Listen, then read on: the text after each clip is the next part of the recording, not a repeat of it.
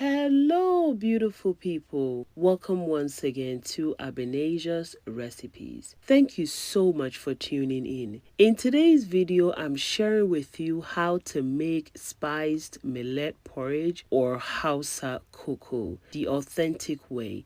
And this is an updated recipe. Let's get started. I have 1 kilogram of millet grain, which is equal to about 5 cups of millet grain. I'll open it up and pour it into a bowl, and I'll be washing this thoroughly. Millet grains can be very dirty. You can find stones and extreme dirt inside. So you want to make sure you wash this about 3 or more times, and I'll be washing mine until the water that settles on top is very clear. And the grains that settles on top are the not so good grains, so you can also discard that with the water. And as you can see, my water is clear now, and I've washed this for about 4 times already, guys. The making of this porridge takes 3 days, and this step is day 1. Now that my millet grain is very clean now, I'll transfer it into a container, and then I will add water to it. I'll cover it and leave it to sit for 24 hours. It is the next day, guys, and this is day 2. I'll pour out the water and then transfer my millet grain into a bowl. And then I will wash my millet about 2 more times. And you want to wash this until the water that settles on top is very clear. My millet is very well clean now. I'd like to introduce to you my natural spices that I'll be adding to the millet. I have 1 cup of fresh ginger, a tablespoon of black pepper, 4 chili peppers, grain of Selim, and 1 tablespoon of cloves. I'll add it all to my millet and then give it a mix. And now it is time to blend everything together. I'll put my millet with the spices inside the blender. I'll add water, and then I'll blend until very well smooth. My first batch is all done blending. I'll pour it into a container and then continue blending the rest of the millet with the spices. I'll add water and then blend. I've blended all of my millet with the spices, and now it is time to strain. I'll be using a very large strainer to strain everything at once, or you could use a colander. And I'm using a silicone spoon to help move everything fast. As you can see, the silicone spoon actually helps very well. And I'll transfer the shafts into the container. I'll be straining this the second time in a cheesecloth or a brew bag. I'll try to leave a link of this brew bag in my description. You can find this at Amazon.com. This actually does the work very well. Once I'm done squeezing out all the milk, I'm going to transfer the chaffs into a container, and I'm not going to discard that yet. I'm all done straining the second strain. I'll add water to the chaffs, give it a mix, and then I'll strain it in a colander or my large strainer. I'll use my silicone spoon to speed up the process, and at this point I'm using my hands to squeeze out more of the goodness out of the millet chaffs, guys. And I'll go ahead and strain it the second time, and at this time I'm straining it directly to the first one that I had already strained, and this is gonna be our final strain, guys. Now that we are done straining, I'll cover this and leave it to sit for 24 hours.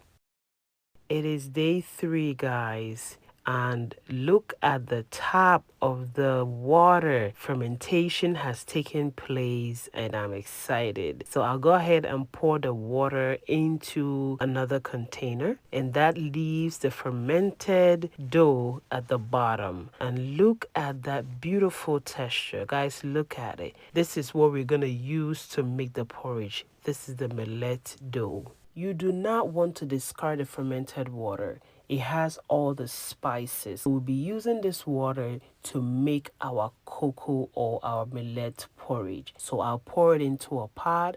I'll cover it and then bring it to a boil. Whilst our water is boiling, I'm gonna scoop some of the dough into the bowl that I'll be preparing my porridge in. Please make sure the mixture is thick, not too runny. You just want a thick consistency.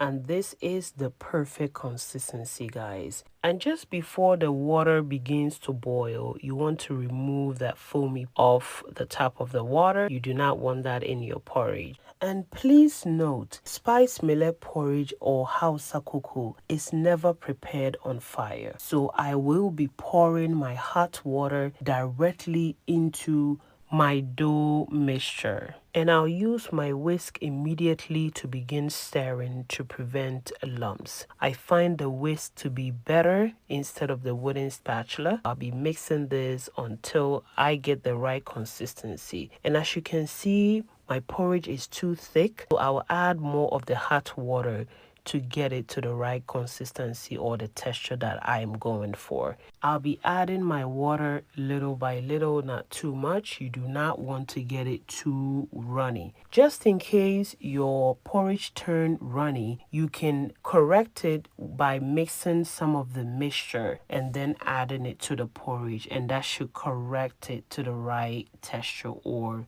the right consistency.